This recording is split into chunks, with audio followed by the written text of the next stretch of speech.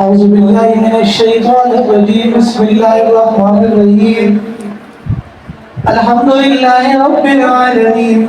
تمام تعریفیں اللہ ہی کے لیے جو تمام عالم کا پالنے والا ہے. الرحمن الرحیم جو بہت زیادہ مہربان نہایت رحم کرنے والا ہے. مالک یوم الدین جو قیامت کے دن کا مالک ہے.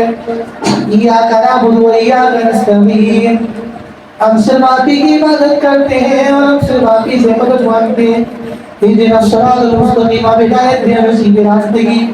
صراط الذین انعمت علیہم راستہ ان لوگوں کا جن پر آپ نے انعام فرمایا. غیر المغضوب علیہم ولا الضالین نہ ان لوگوں کا راستہ جن پر آپ کا غضب ہوا غصہ ہوا. ولا الضالین اور نہ ان لوگوں کا راستہ جو راستے سے گمراہ ہو گئے بھٹک گئے. صراط الذین انعمت علیہم راستہ ان لوگوں کا جن پر آپ نے انعام فرمایا. انعمت علیہم سے مراد چار قسم کے لوگ ہیں. اولئک الذین انعم اللہ علیہم من النبیین انبیاء علیہ السلام جن پر اللہ نے انعام فرمایا. کل انبیاء علیہ السلام کی جو تعداد ہے وہ کم و پیش 1,24,000 تقریباً. شرائط میں قول یہ بھی نقل کیا گیا کہ انبیاء علیہ السلام کی جو تعداد ہے وہ 2,64,000 کہ 2,64,000 انبیاء علیہ السلام تشریف لائے. لیکن راجح قول یہ ہے کہ 1,24,000.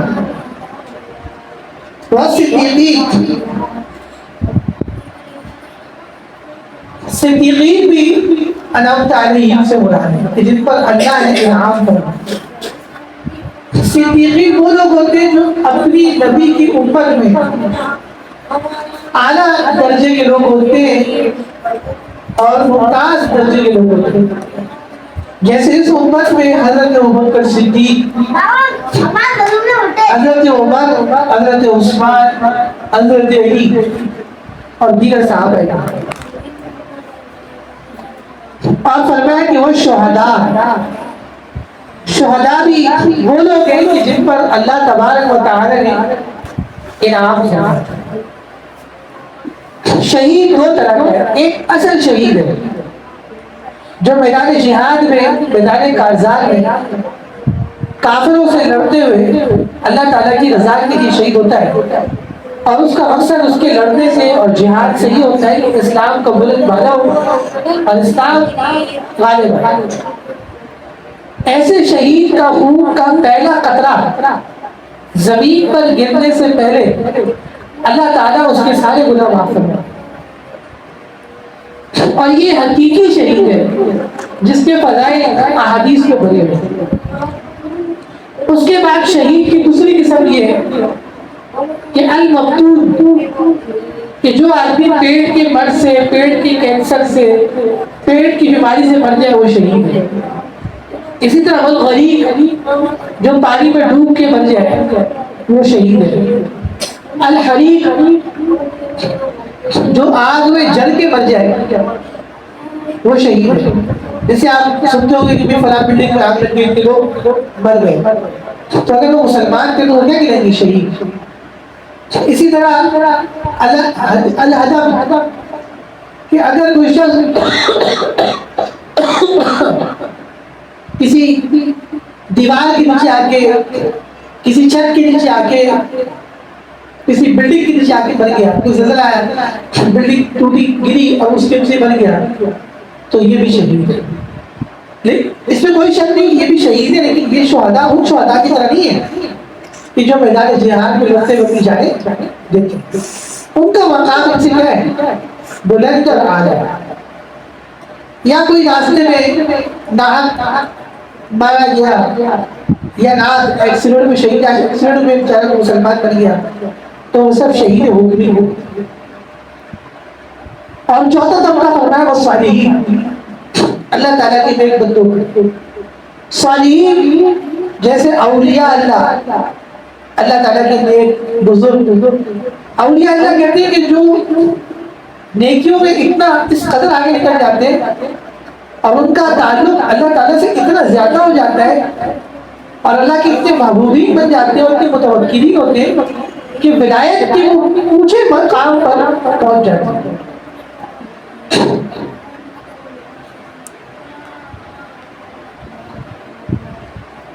جیسے مولانا عبید اللہ سندھی صاحب حرم شریف میں بیٹھے بیٹھے اپنے مرید کے ساتھ اور افطار کے لیے کھانے میں کچھ نہیں تھا اور حضرت فرما رہے تھے کہ اللہ دے گا اللہ دے گا.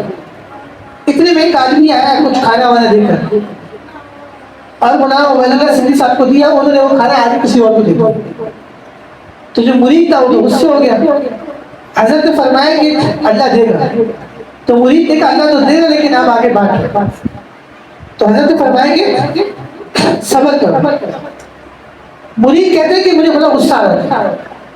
میں نے دیکھا کہ ایک اذان کا ٹائم ہو گیا اور مؤذن اذان خانے سے نکل جائے اور مؤذن اپنے کمرے سے نکل کے اذان دینے کے لیے جا رہا ہے اور افطار کے لیے کچھ بھی نہیں ہے.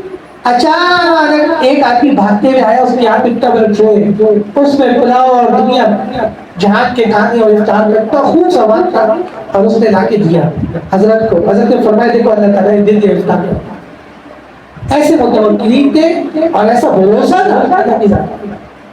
تو حدیث سے بات میں آتا ہے نا کہ آپ صلی اللہ علیہ وسلم نے فرمایا کہ لو انکم توکلتم, اگر تم اللہ تعالیٰ کی ذات پہ اس طرح توکل کرو, بھروسہ کرو جیسے پرندے بھروسہ کرتے کہ صبح جب نکلتے اپنے گھونسلوں سے تو تغدو خماصا, تو بھوکے ہوتے, کیا ہوتے ان کے پیٹوں میں کچھ بھی نہیں ہوتا.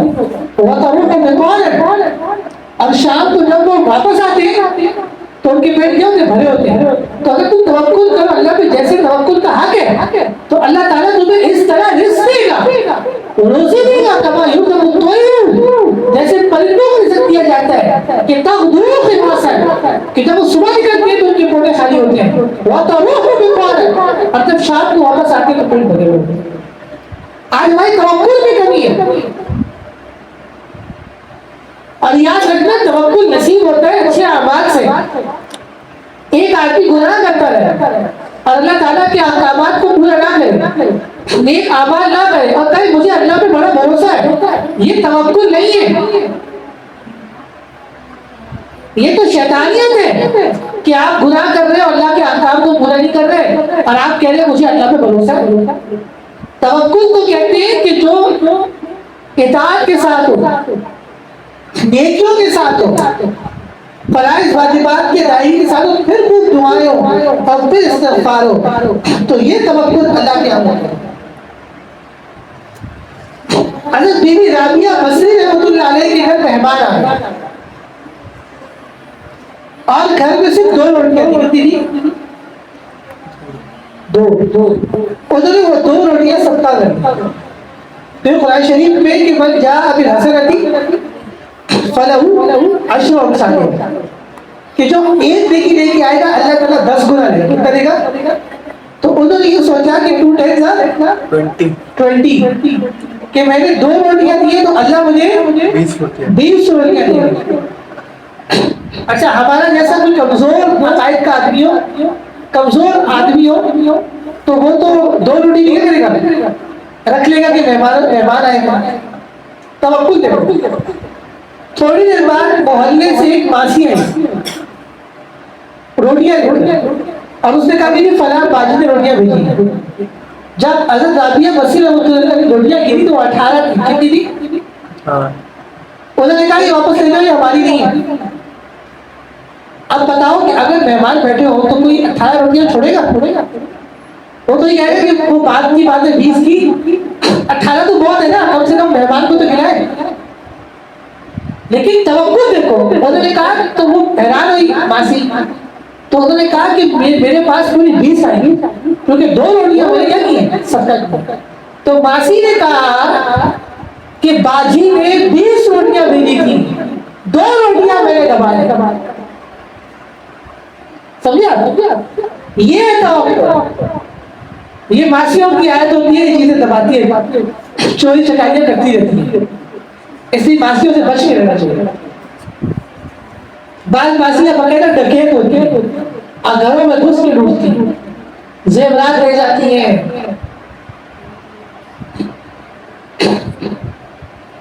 توکل اللہ تعالیٰ کی ذات.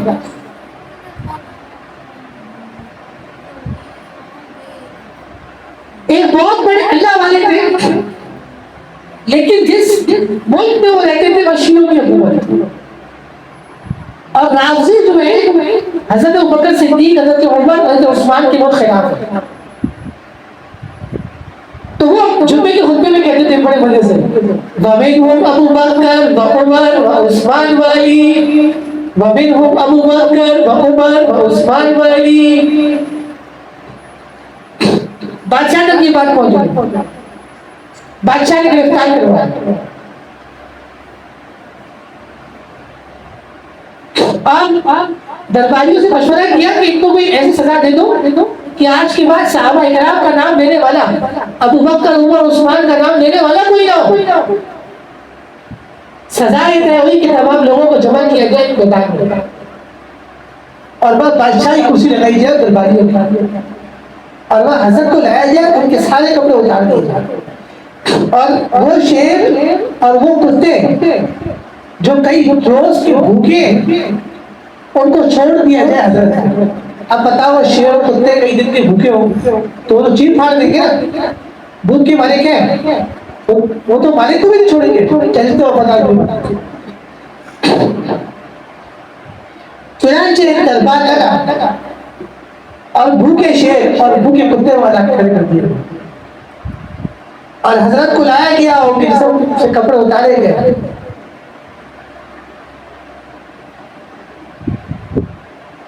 اور کہتے دہی لگائی ان کے جسم. حضرت اور اب بادشاہ نے کہا کہ شیر اور کتے جو بھوکے ان کو چھوڑو، اور آج ان کا وہ نشر ہوگا کہ آج کے بعد صحابہ کا نام لینے والا کوئی نہیں. اور تمام دنیا بیٹھی ہے سب دیکھ کر. اور بزرگ نے پھر یہ پڑھنے شروع کیے، وَمِنْهُمْ أَبُو بَكْرَ وَعُمَرُ وَعُثْمَانُ وَعَلِيٌّ وَمِنْهُمْ أَبُو بَكْرَ وَعُمَرُ وَعُثْمَانُ وَعَلِيٌّ. کہتے ہیں کہ وہ شیر اور وہ کتے جو بھوکے تھے وہ حضرت کے پاؤں کے پاس آئے اور اسے بیٹھ گئے، اور حضرت کے آگے سے چپ کر گئے، اور پھر کتا بیدار ہو گیا. سب دنیا والے جتنے بھی لوگ آئے تھے وہ سب حیران ہو گئے. کہتے ہیں مجمع سے بولے تو یہ آوازیں ابو بکر، عمر اور عثمان علی کے نام کی، اور لوگوں نے کلمے پڑھے اور سینکڑوں دن تعداد کے لوگ مسلمان. دیکھیں جب آپ دین کی تبلیغ اور دعوت دیتے ہیں تو ابتدا میں تکلیفیں آتی ہیں، لیکن جب آپ ڈٹ جائیں گے تو پھر اللہ کی مدد آپ کے ساتھ آتی ہے.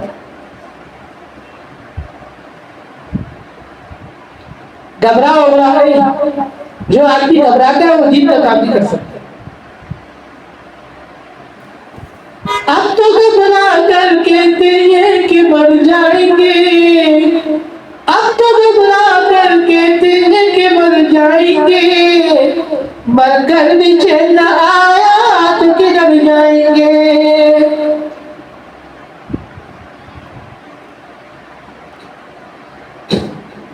استقامت کا سفر ہے، اس لیے صوفیہ نے کہا استقامت فوق آیات الرحمن.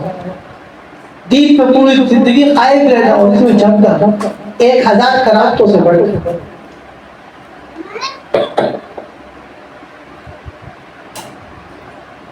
ایک بہت بڑے بزرگ گزرے ہیں اور اللہ والے مرزا مظہر جان جانان، مرزا مظہر جان جانان، جن کا ذکر پرسوں بھی ہوا. ان کی جو بیوی تھی وہ بہت بڑا اخلاق تھی اور بڑے غصے والے، اور وہ حضرت کو بالکل نہیں مانتی. ایک دن مرزا مظہر جان جانان گھر پہ نہیں تھے اور ایک مرید بڑی دور کا سفر کر کے حضرت سے ملنے آیا. جب اسے دروازہ بجایا بیوی نے پوچھا کون، تو وہ تو مرید تھا نا، وہ تو اپنے شیخ سے عتی محبت کرتا تھا. اس نے کہا کہ پیر طریقت شیخ العرب والعجب حضرت فلا فلا فلا مرزا مظہر جان جانان ہے، ان سے ملنے آیا.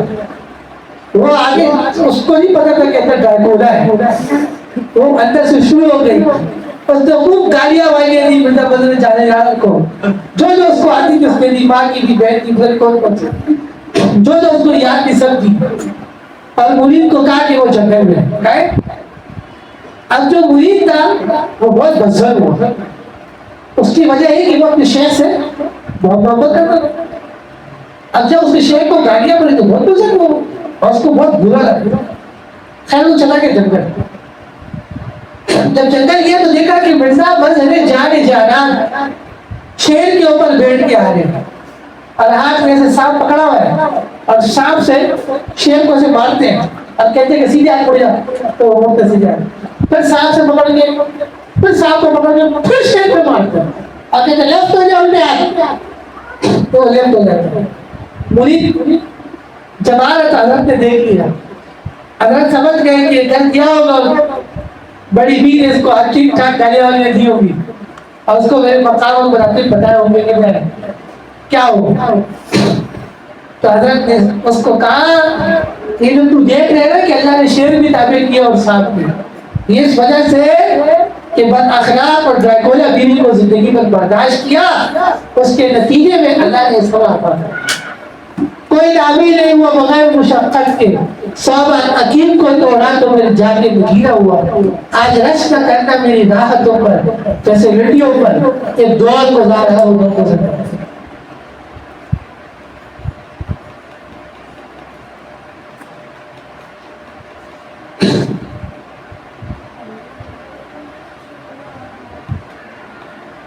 امام اعظم و سراج الامہ الذی نزید فی ساعت الابتداء والاحادیث. امام ابو حنیفہ رحمۃ اللہ علیہ کے ایک پڑوسی تھا، وہ پوری رات گانے گاتا تھا اور رٹی آتی تھی، وہ پوری رات ناچتی تھی. اب پورا ایک جو ہے رٹی کھانے کا ایک ماحول ہوتا ہے پوری رات. اور پڑوس میں امام ابو حنیفہ رحمۃ اللہ علیہ پوری رات عبادت کرتے تھے. اور آپ پوری رات گانوں کی آوازیں آرام سے خاموش ہیں. اچھا وقت پڑوس میں پوری رات ناچ گانا ہوتا تھا اور یہاں حضرت پوری رات کیا کرتے تھے؟ عبادت کرتے.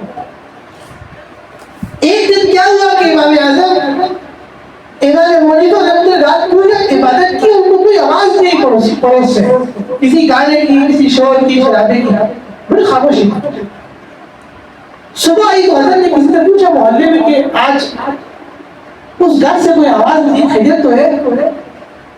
تو اس نے کہا کہ وہ کوٹوار کہتے ہیں تھانے دار کو، علاقے کا جو تھانے دار تھا اس کا یہاں سے گزر ہوا تھا اور اس کو پتا لگا کہ آپ اتنے بڑے عالم اور امام ہیں اور آپ کا پڑوسی پوری رات گانے چلاتا ہے ڈیک پر اور آپ کو پوری رات تنگ کرتا ہو یا لڑکیاں ولکیاں آتی ہیں اور یہ کام ہوتے ہیں.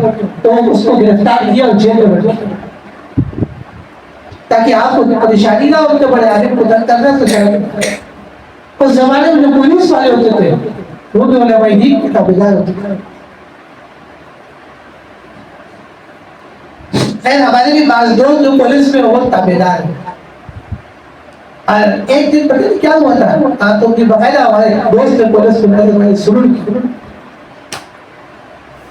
میں نے کہا یہ جا کے اپنے افسر کو بولو مجھے نہیں پڑھنا.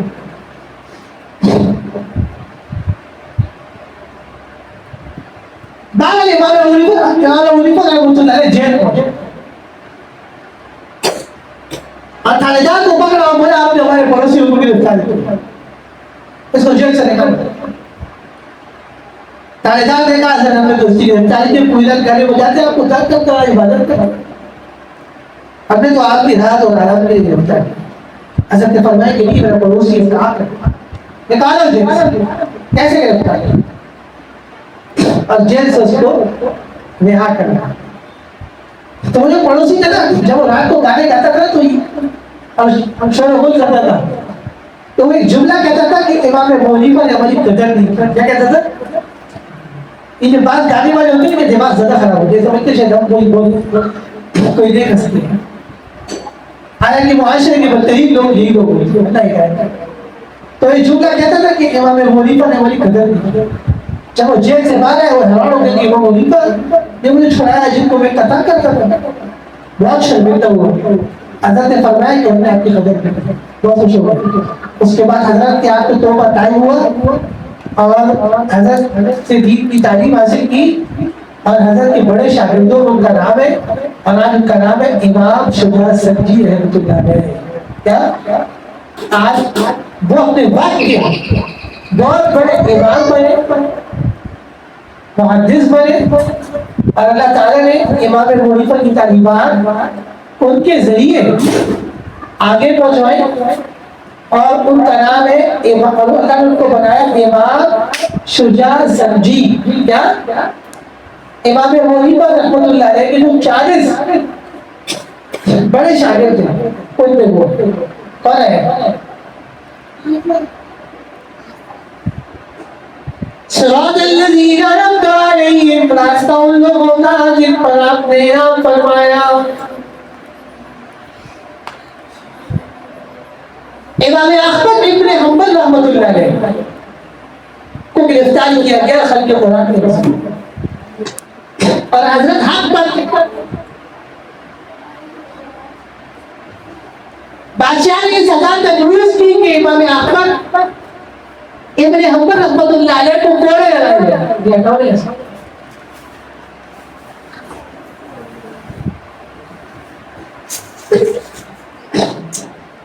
دیکھ کے ٹکرائے گی، پیچھے سے ٹکرائے گا.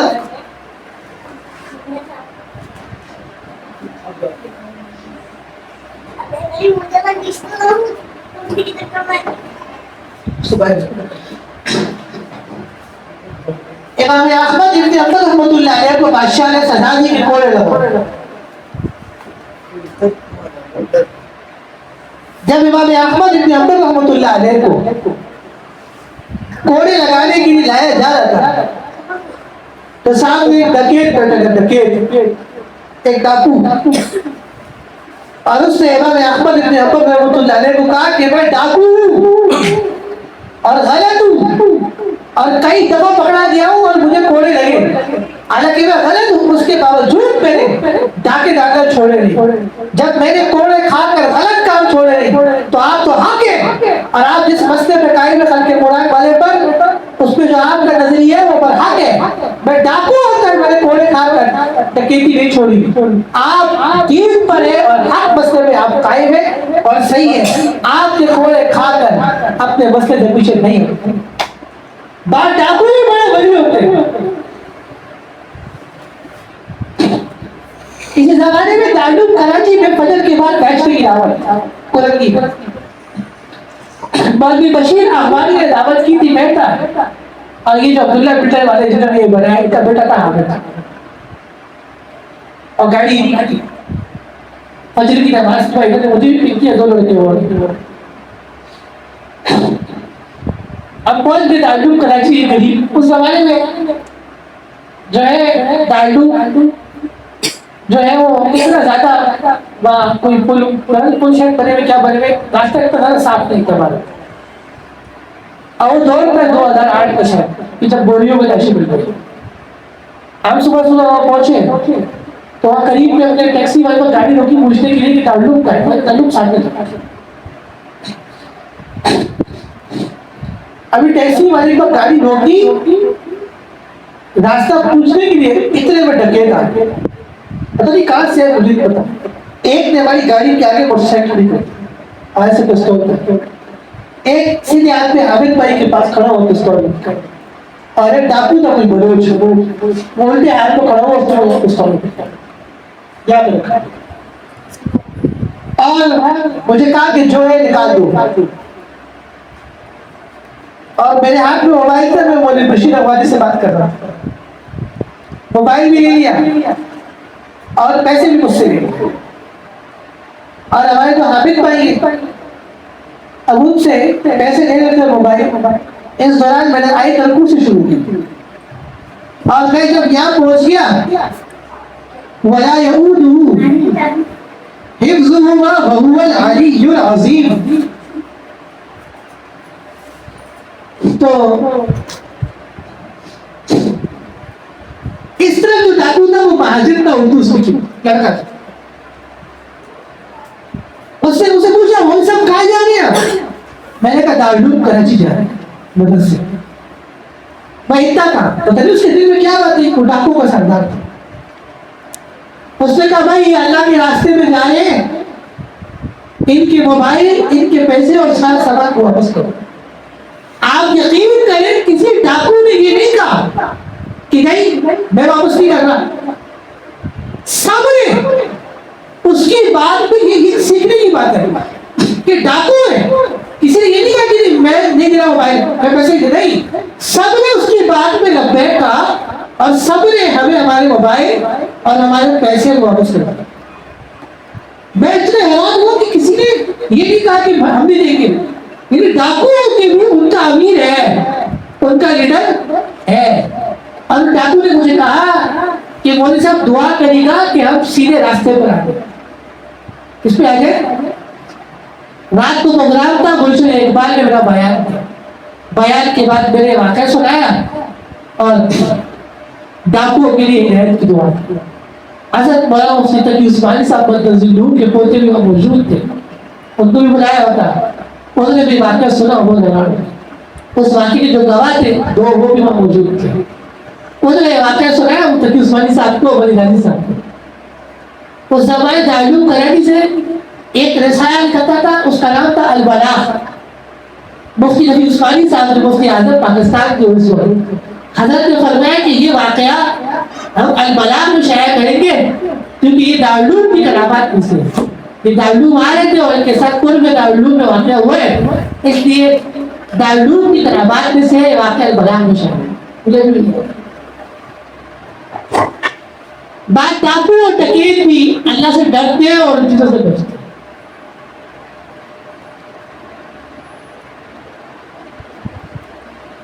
صراط الذین انعمت علیہم, راستہ ان لوگوں کا جن پر آپ نے انعام فرمایا.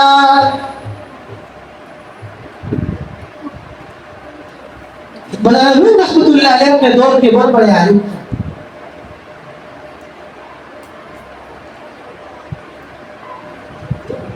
اور مولانا شمس تبریز رحمۃ اللہ علیہ بہت بڑے صوفی تھے,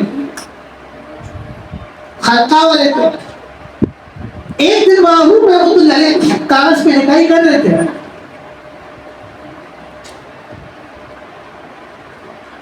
تو مولانا شمس تبریز رحمۃ اللہ علیہ آئے اور انہوں نے ان کے سارے کاغذ اٹھا کے پانی میں پھینک. جب وہ آئے تو بہت غصے ہو گئے کسی کام سے کہ میں نے اتنی محنت سے لکھا آپ نے پانی میں بہا کے ضائع کیا.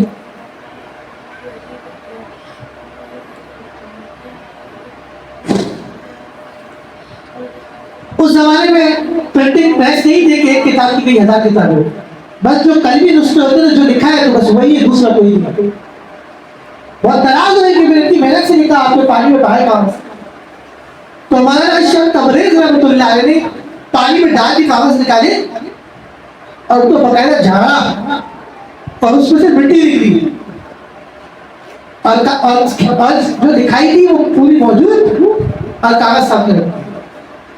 تو مولانا روم رحمۃ اللہ علیہ بہت حیران ہو گئے اور فرمایا کہ چیز آ رہے یہ کیا ہے؟ فرمایا یہ علم آپ کے پاس ہے.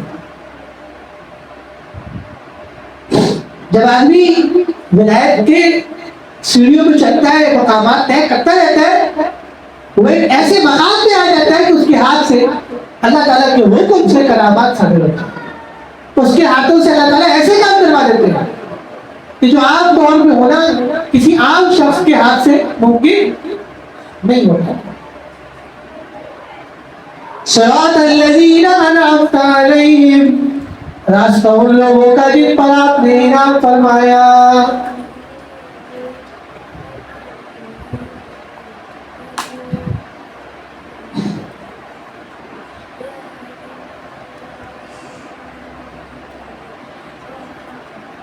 صدر المدرسین دارالعلوم دیوبند حضرت مولانا حسین احمد مدنی رحمۃ اللہ علیہ نے انگریز کے دور میں جب پاکستان اور ہندوستان ایک الگ نہیں ہوتا, انگریز کے خلاف جہاد کا فتویٰ دیا. انگریز حکومت نے ان کو گرفتار کیا اور حضرت کو عدالت طلب کیا. مولانا حسین احمد مدنی رحمۃ اللہ علیہ جب عدالت تشریف لے گئے تو ہاتھ میں کفن بھی لے گئے. انگریز جج نے پوچھا کہ جہاد کا فتویٰ انگریز کے خلاف آپ نے دیا ہے؟ مولانا حسین احمد مدنی نے فرمایا آپ میں نے دیا تھا، دیتا ہوں اور دوں گا. تو وہ انگریز جج کہنے لگا آپ کو پتہ ہے اس کی سزا کیا ہے؟ ان کی سزا موت. تو حضرت نے فرمایا کہ ہاں اسی لیے دارالعلوم دیوبند سے جب آیا تھا تو کفن ساتھ لے کر ہمارے اکابر ایسے غلط کرتے ہیں، ڈرتے ہوتے نہیں، وہ جانتے نہیں کہ ڈر کیا ہوتا ہے. اگرچہ وہ تھے جماعت کے آستینوں میں، اگرچہ وہ تھے جماعت کے آستینوں میں، مجھے حکم اعزاز لا الہ الا اللہ، دنیا کچھ بھی کرے میں نے تو اللہ اور رسول کی بات کو پھیلانا ہے اور وہ اللہ اور رسول کی اطاعت کرنی ہے، چاہے لوگ مذاق ہو رہا کچھ بھی کریں، ہمیں پتہ ہے. یہ ہمارے بزرگ اکابر کہ جن کا نام لے کے ہم جی رہے ہیں. تمہارا نام لے کے جی رہا ہوں، تمہاری یاد میری زندگی.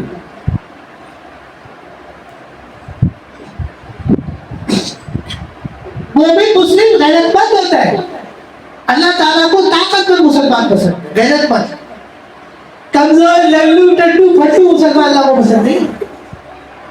غیرت مند، غیرت مند. We are Muslims. Yes. We are Muslims. We are Muslims. آپ کو سمجھ اللہ کو ہے. رنجیت سنگھ کے زمانے میں گائے ذبح کرنا منع تھا. ہندوؤں کے یہاں گائے کی قربانی منع ہے. وہ گائے کو آج بھی ان کا خدا مانتا.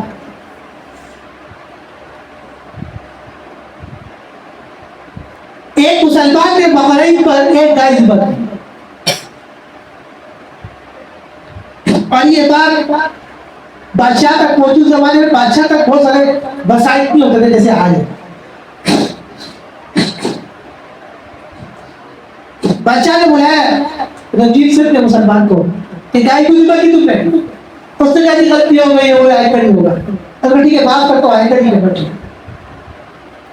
جب اگلا سال بقرعید کا آیا تو اس مومن مسلم نے 2 گائے ذبح کی. کتنی کی؟ 2 گائے.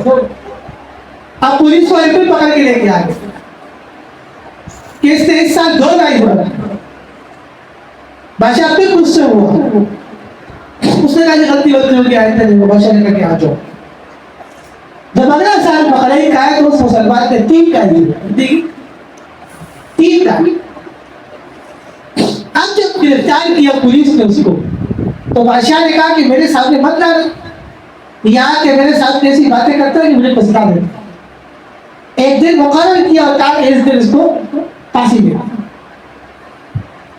رنجیت سنگھ کے گھر میں کافی عرصے سے اولاد نہیں ہوئی تھی، نہیں آتی.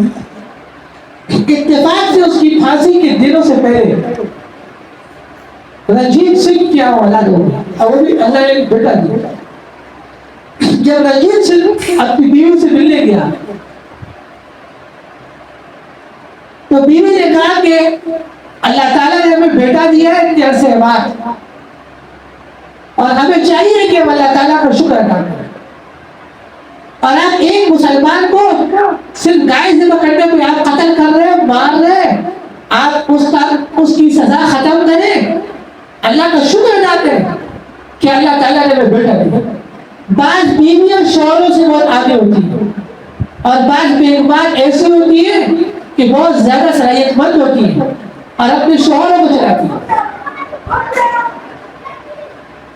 رنجیت سنگھ نے بلایا اس مسلمان کو دربار میں اور کہا کہ تمہارا خدا جیت گیا اور میرا خدا ہار گیا اور اب صرف بقرعید کے سال میں ایک دفعہ نہیں، ہر مہینے تمہیں جتنی گائے ذبح کرنی ہے کرو اور گھر کے اندر چھپ کے نہیں روڈ کے اوپر کھڑے ہو کے کرو اور اس کا سارا پیسہ ہم آپ کو دیں گے، شاہی خزانے سے آپ کو پیسہ. یہ ہوتا ہے مسلمان. مسلمان غیرت مند ہوتا ہے، کمزور نہیں ہوتا. آپ آپ داڑھی رکھے پکڑ سے رکھے کہ اللہ کا حکم. ٹوپی پہنے عثمان کی طرح نہیں کہ داڑھی میں ٹوپی ڈالی, ٹوپی پہنے پکڑ سے کہ میں نے اللہ کے حکم کو زندہ کی. بہنیں پردہ کرے فخر سے برقع پہنے کہ میں مسلمان عورت ہوں, میں نے برقع پہنے, میں نے حیا کو پکڑا ہے. یہ نہیں کہ آپ داڑھی رکھیں تو آپ پریشان ہو گئے. غیرت کے ساتھ جینا سیکھو, غیرت کے ساتھ. اور میں تو اکثر کہتا ہوں کہ وہ میرے شاگرد بھی نہیں تھے جو بغیر تو کوئی حق حاصل نہیں کہ وہ کہے کہ ہم مفتی صاحب کے شاگرد ہیں. میرا تعلق الحمدللہ غیرت مندوں سے اور جن اساتذہ اور بزرگ سے میں نے قرآن کا ترجمہ تفسیر پڑھا, دین کا علم, خدا کی قسم اتنے غیرت مند تھے کہ میں آپ کو بتا نہیں سکتا. میرے شاگرد ہوں تو بہادر بنو اور دین پہ ڈٹ کے چلو, ڈٹ کے. اهدنا الصراط المستقیم, آپ ہدایت دیں ہمیں سیدھے راستے کی. صراط الذین انعمت علیہم, راستہ ان لوگوں کا جن پر آپ نے انعام فرمایا. غیر المغضوب علیہم ولا الضالین.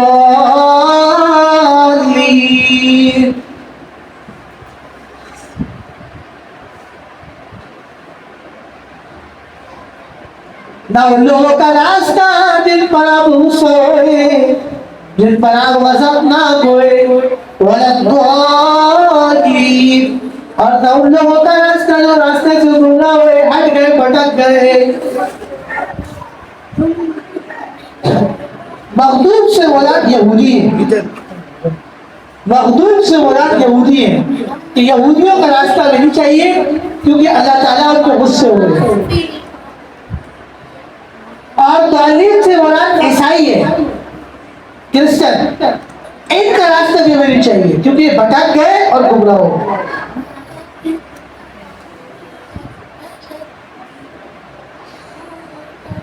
یہود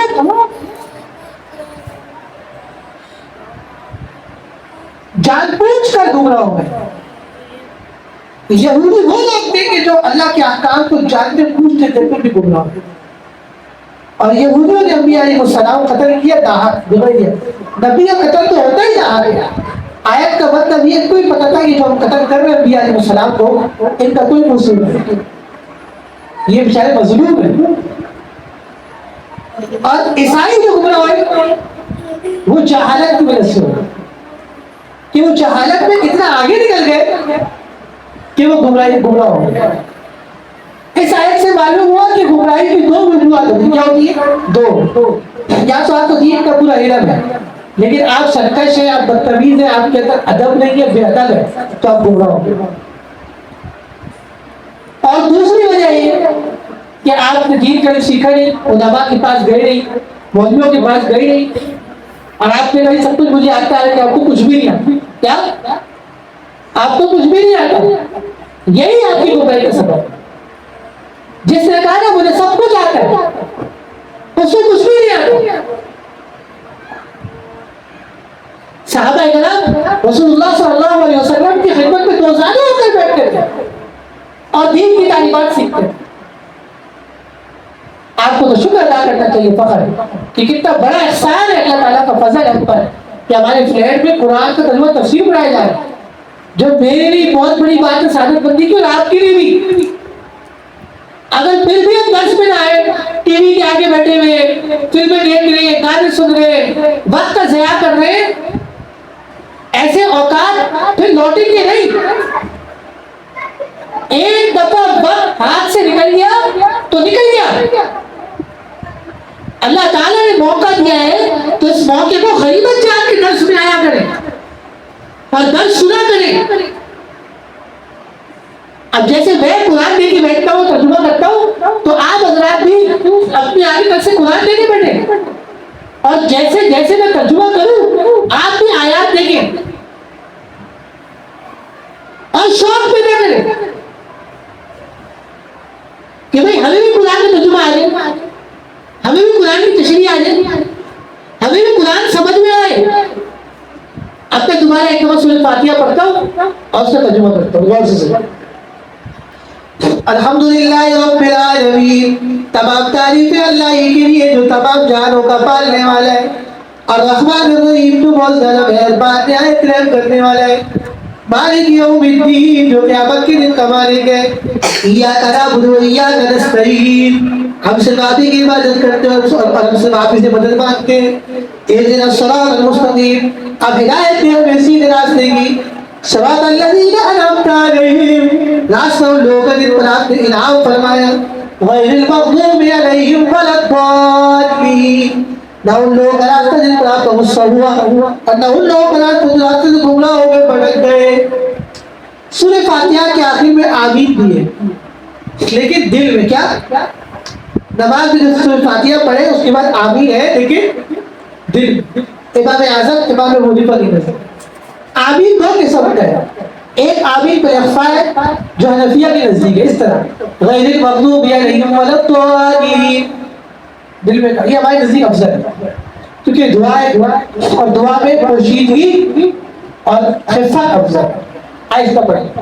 اور ایک آمین پر جہر ہے جو امام شافعی کیا افضل ہے، وہ اس طرح غیر المغضوب علیہم ولا الضالین، آمین. یہ بھی صحیح ہے، بس افضل اور غیر افضل کا اختلاف ہے. اور ایک آمین ہے جو آمین بالفساد ہے، جو ہمارے شیاطین غیر مخلد جو اپنے آپ کو حدیث کہتے ہیں، انہوں نے ایجاد کیے جو نہ قرآن نے ثابت ہے نہ حدیث سے، بلکہ لڑائی جھگڑے کی. وہ اس طرح غیر المغضوب علیہم ولا الضالین، آمین آمین. یہ آمین نہیں ہے، یہ آمین بالشرارت. کیا کہ پوری مسجد کے اندر دو غیر مخلد ہوں گے، دو اہل حدیث، ایک سیدھے ہاتھ میں کونے پہ کھڑا ہوتا ہے، ایک الٹے ہاتھ کے. وہ ذرا زور سے دین کی اتنی بولتے ہیں کہ پوری مسجد میں کوئی بھی اتنے زور سے نہیں بولتا، سب دل سے بولتے ہیں، دل میں بولتے ہیں. تو یہ دکھاتے ہیں کہ پوری مسجد سے آواز ہے، تو پوری مسجد سے آواز نہیں آتی. ظاہر سی بات ہے جب سارے لوگ خاموش ہوں گے تو جو بولے گا اسی کی آواز ہے.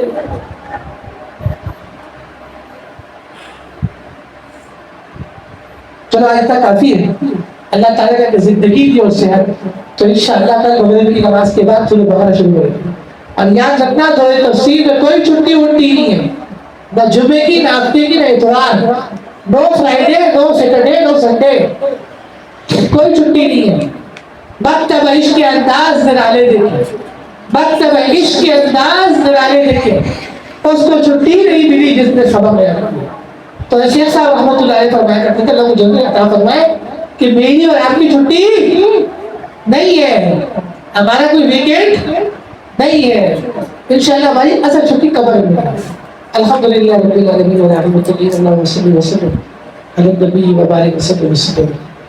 اللهم ربنا آتنا في الدنيا حسنة وفي الآخرة حسنة اللهم اغفر لنا من شئت اللهم انك عفو تجيب وسلم.